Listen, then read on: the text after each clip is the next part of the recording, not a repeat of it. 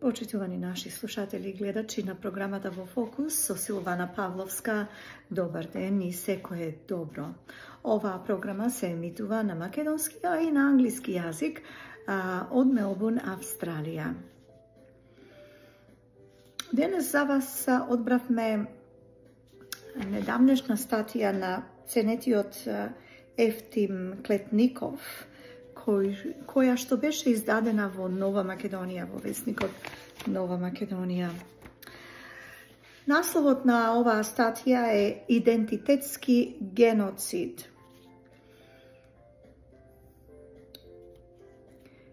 Ефтим Клетников пишува: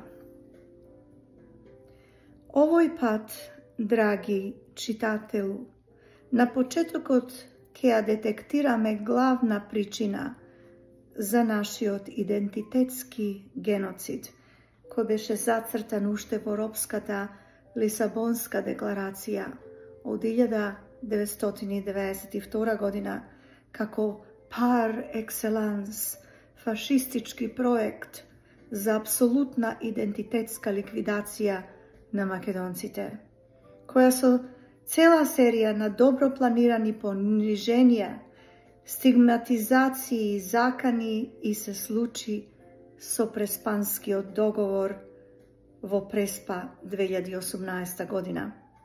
Но сега, која е главната причина што ја загатнуваме?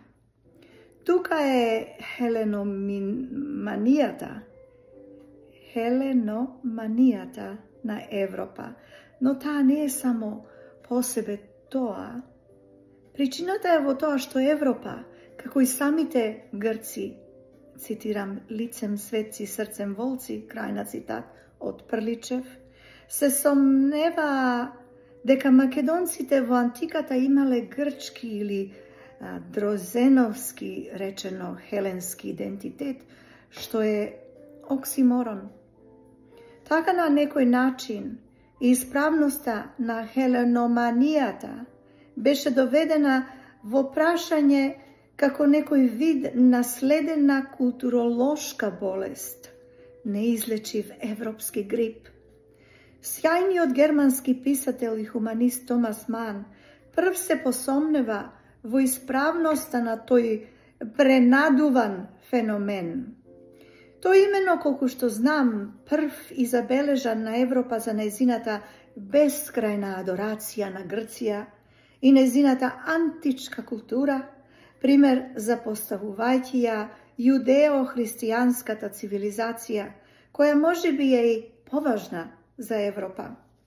Но неговата забелешка како чудење останува по се изгледа осамена, а Европа не се откажа од сите видови на својот ариевизам, кој најде најекспресивен израз во Хитлерова Германија, а на општ културолошки план, како што го забележува убаво тоа и Бернал, тој израз подвлековме, се огледува во европскиот патолошки Едипов комплекс кон Грција.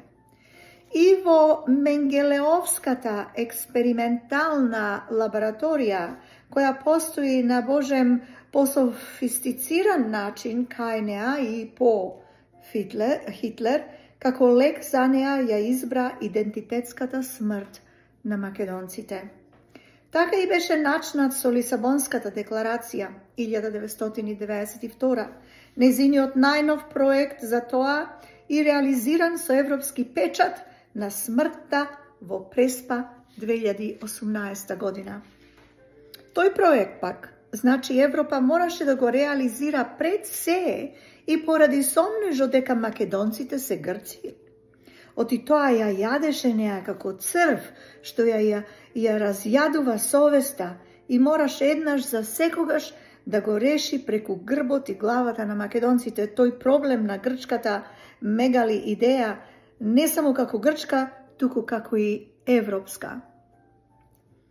Бертранд Расел, сјајниот англиски филозоф и математичар, вели дека античките грци, според него, имаат две големи откритија што се важни и за понатамошниот развој на цивилизацијата. А тоа се сомнежот за кој станува сега збор, како прво и диалогот како второ.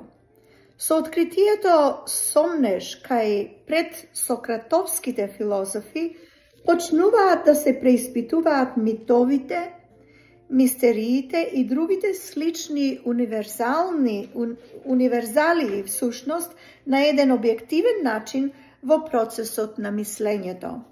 На тој начин сомнежот, како што вели Расел, ја отвара вратата на експериментот и дава правец на науката во натамошниот тек на цивилизацијата, додека пак диалогот ја поставува основата на демократијата.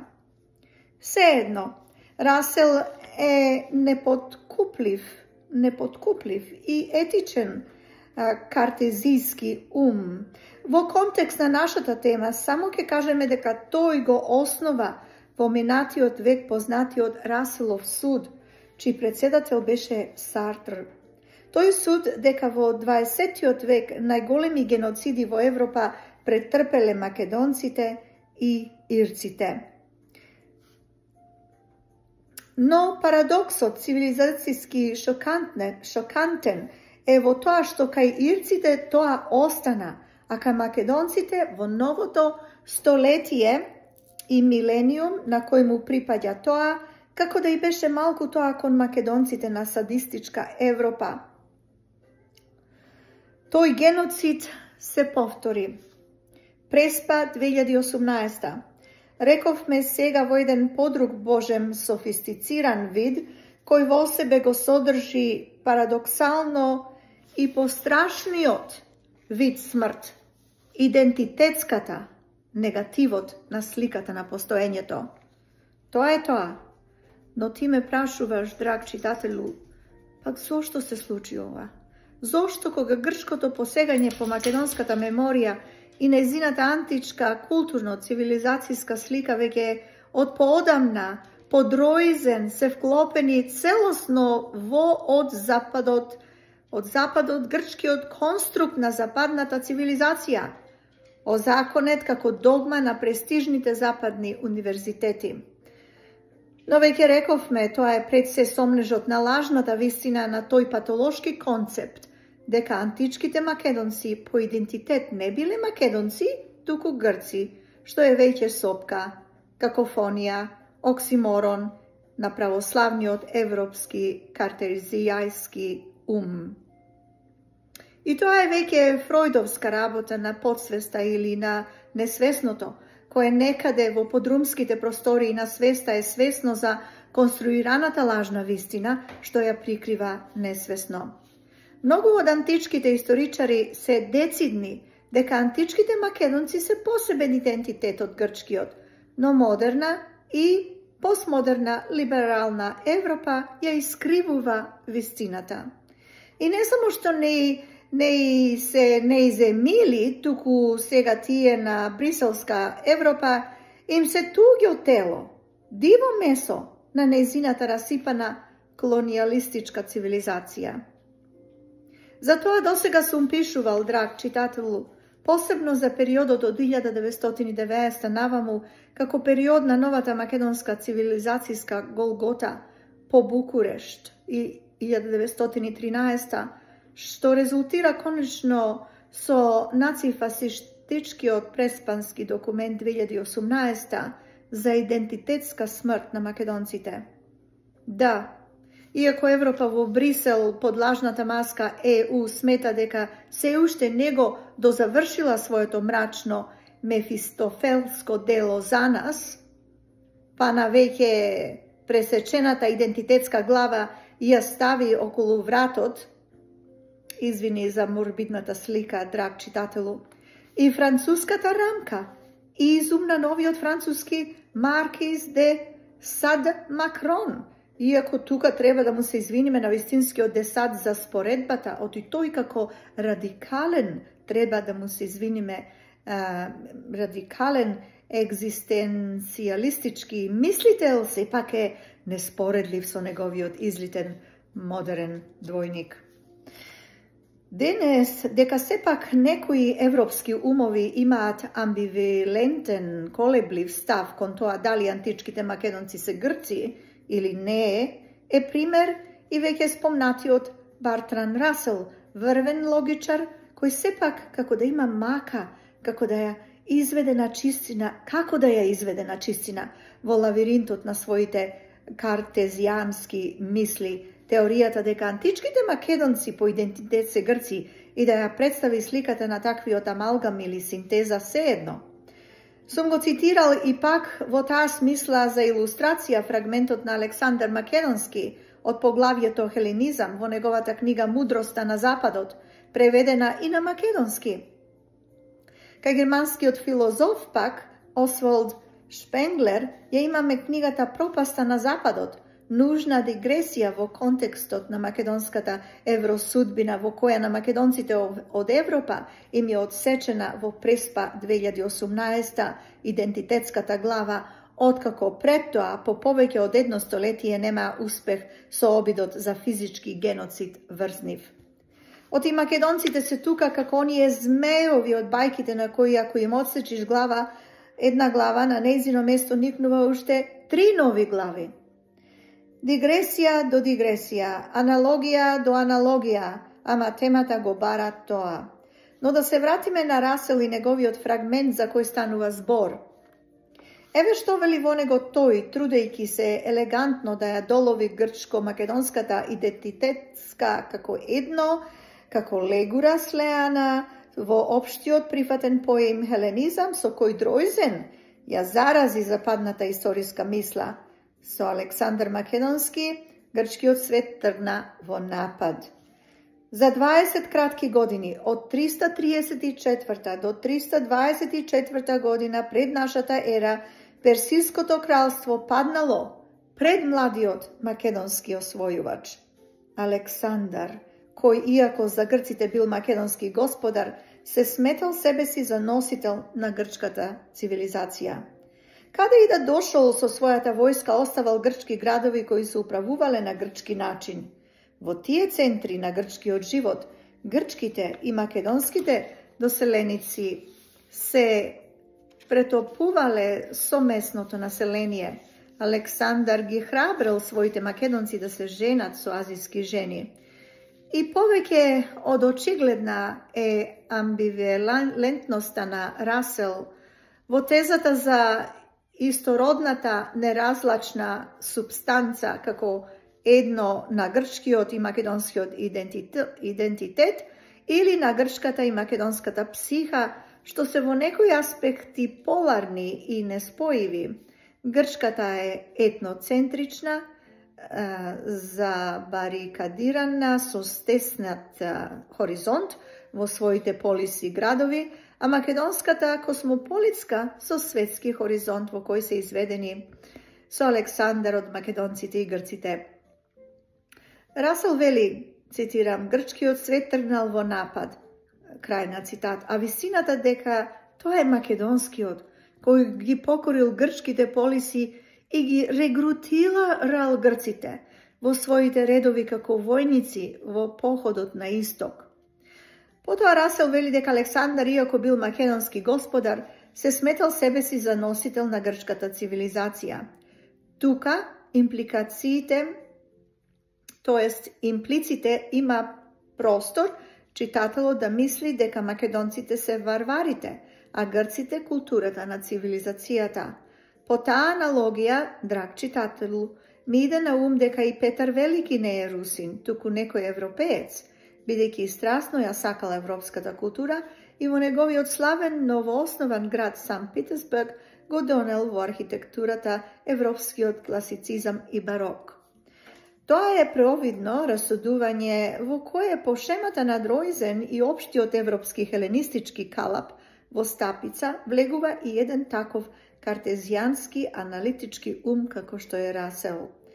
Фатен во менгемето на грчкиот магнет, тој уште вели дека Александар секаде на освоените територии основал грчки градови, кои биле центри на грчкиот живот и во нив се управувало на грчки начин, што не е така.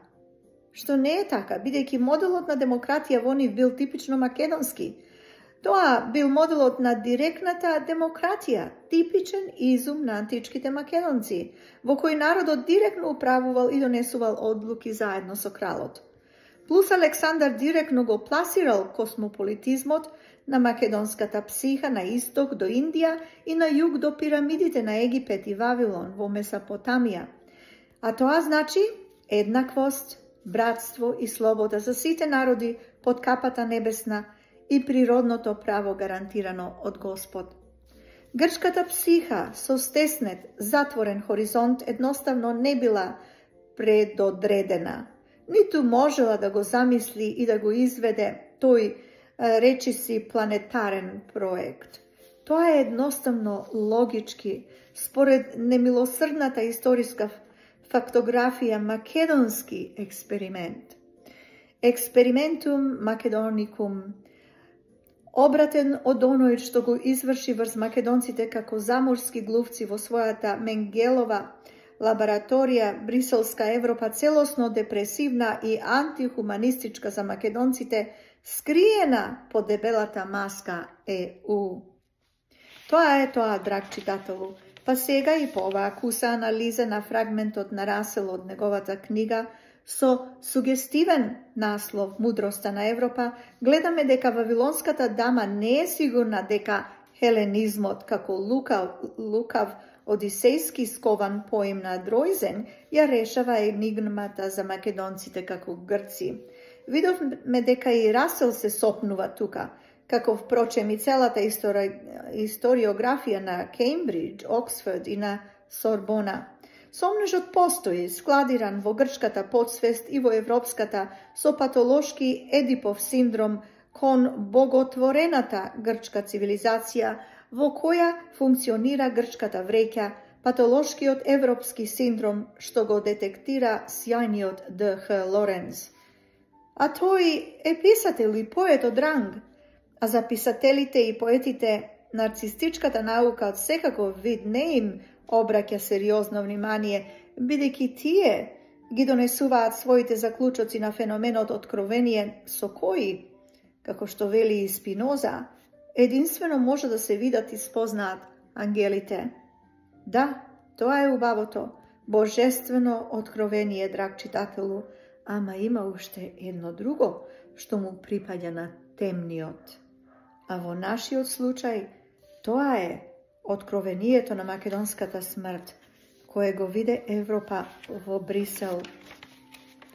Мрачно, мефистофелско откровение, починот откако главниот европски архетип Фауст си ја продаде душата на Мефистофел, ѓаволот, што е причина сега и за идентитетска смрт на македонците. Преспа 2018. Зошто? Затоа што со Македонија и македонците конечно треба да се исчисти европската свест од нејзините планетарни злосторства, во кои уништи и цели древни мудри и со големи знаења цивилизации како Мај, Ацтеки, Инки во Јужна Америка.